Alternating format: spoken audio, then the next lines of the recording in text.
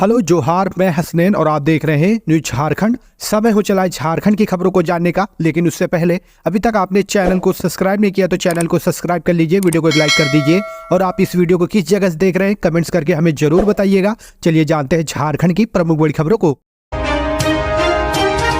Congress MLA Amba Prasad के ठिकानों से मिली बायोमेट्रिक संदूक, 18 घंटे चली रेड। ईडी के द्वारा विधायक अंबा प्रसाद और अंचल अधिकारी शशिभूषण सिंह के 17 ठिकानों पर ईडी के अधिकारियों ने एक साथ छापेमारी की। इस दौरान कुछ कैश और कई अहम दस्तावेज और डिजिटल इक्विपमेंट ईडी के हाथ लगे हैं। ईडी के अधिकारियों के द्वारा ये छापेमारी रांची, हजारीबाग और मुंबई के बांद्रा इलाके में की गई है।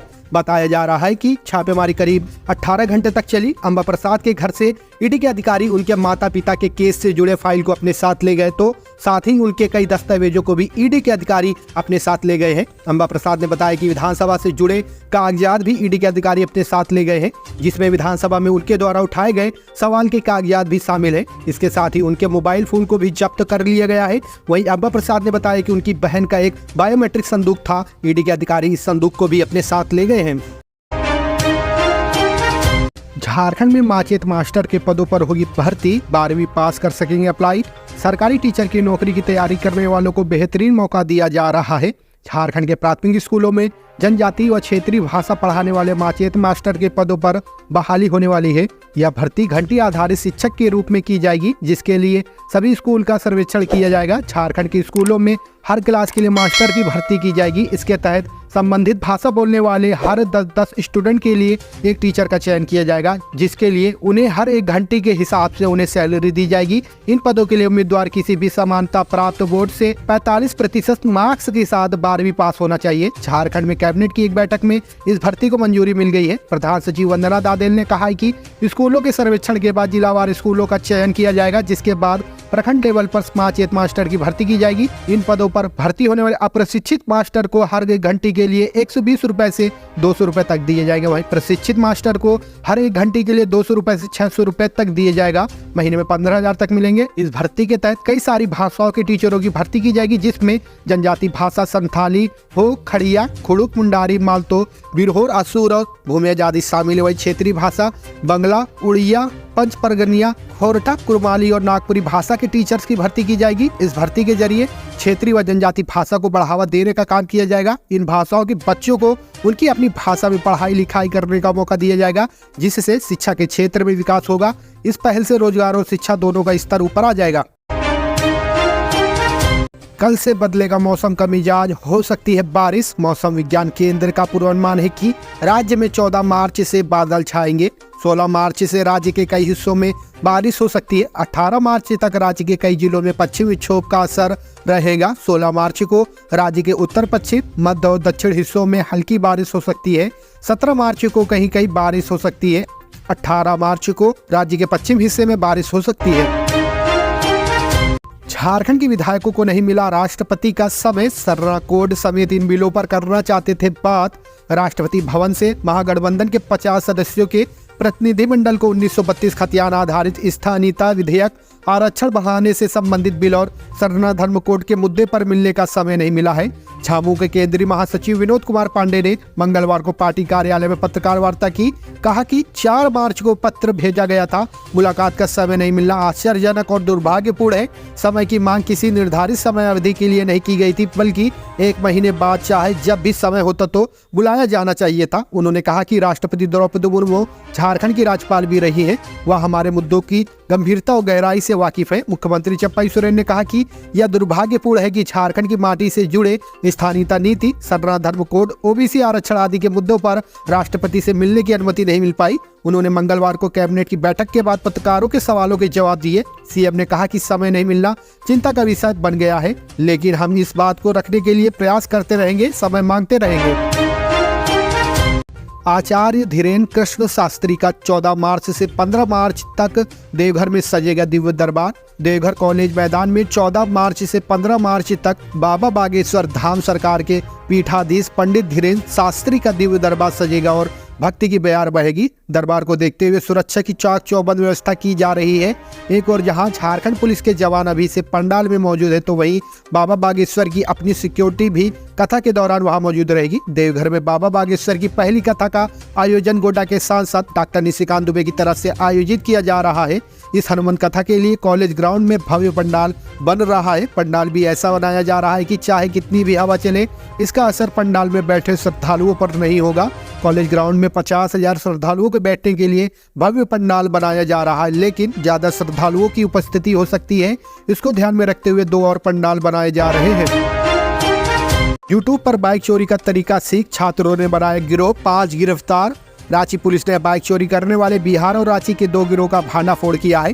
दिल्ली मार्केट और चुटिया थाने की पुलिस ने गिरोह के सरगना समेत 5 आरोपी को गिरफ्तार किया है। एक गिरोह का सरगना सूरज कुमार यूट्यूब पर बाइक चोरी का तरीका सीखा, फिर गिरोह बनाकर बाइक चोरी कर रहा था। आरोपी सूरज मारवाड़ी कॉलेज का छात्र है। इसके अलावा नालंदा के शैलेंद्र कुमार, रामगढ़ के तौफीक आलम के अलावा चुटिया के बिट्टू कुमार और आदित्य शर्मा शामिल है।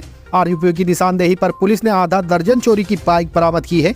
मामले का खुलासा करते हुए एसएसपी चंदन कुमार सिन्हा ने बताया कि दिल्ली मार्केट थाने की पुलिस की ओर से मेन रोड में एंटी क्राइम चेकिंग अभियान चलाया जा रहा था। इसी क्रम में 3 लोगों को रोका गया। पूछताछ करने के क्रम में पता चला कि तीनों के पास वाहन के कोई कागजात नहीं है। कड़ाई से पूछताछ में तीनों ने खुलासा किया कि वे लोग मूल रूप से बिहार में रहते हैं, रांची में किराए का मकान लेकर वाहन चोरी करते हैं, जिसे झारखंड और बिहार के ग्रामीण इलाकों में बेचते हैं। आरोपी की निशानदेही पर पुलिस ने लालपुर, कांके और अनगढ़ा इलाके से चोरी की बाइक के अलावा फर्जी नंबर प्लेट, चोरी करने के औजार समेत अन्य चीज बरामद किए हैं।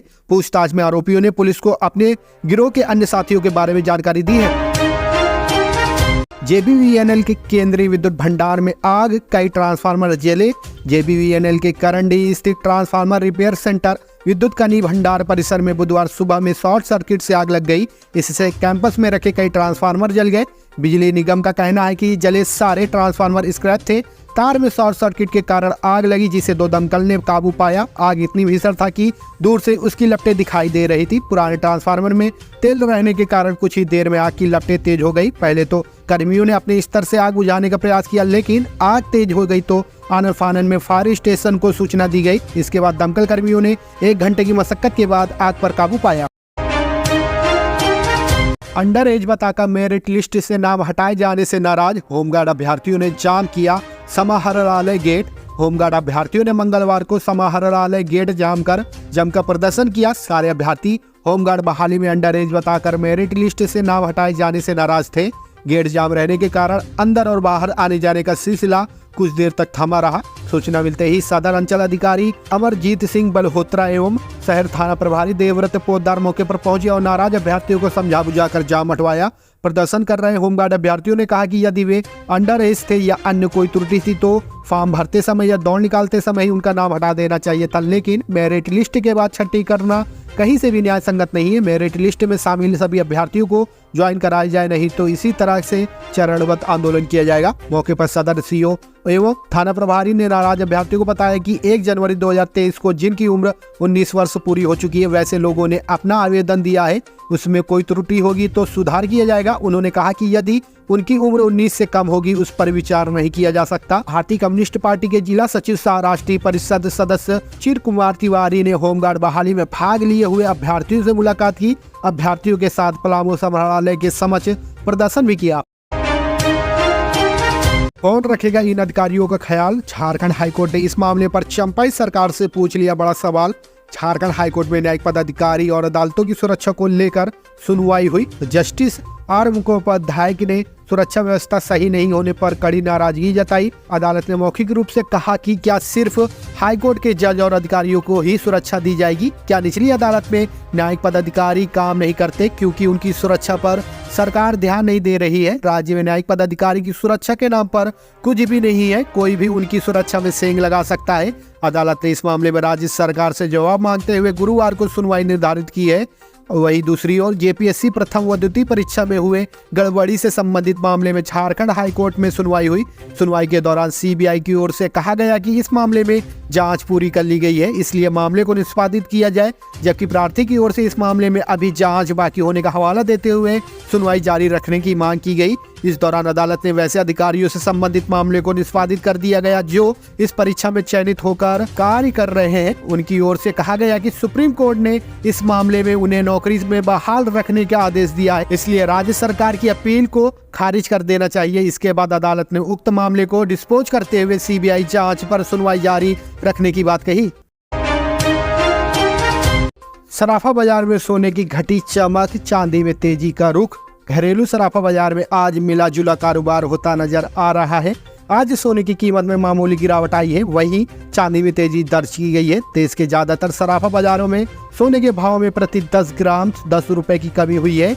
आज की गिरावट के बावजूद सराफा बाजारों में सोना 66,250 रुपए के स्तर पर या इससे ऊपर कारोबार कर रहा है। झारखंड में सोना लगातार तीसरे दिन 67,000 रुपए के स्तर पर बना हुआ है। वहीं चांदी में आई तेजी के कारण आज दिल्ली के सराफा बाजार में आज 76,200 रुपए प्रति किलोग्राम के भाव पर चांदी का कारोबार हो रहा है।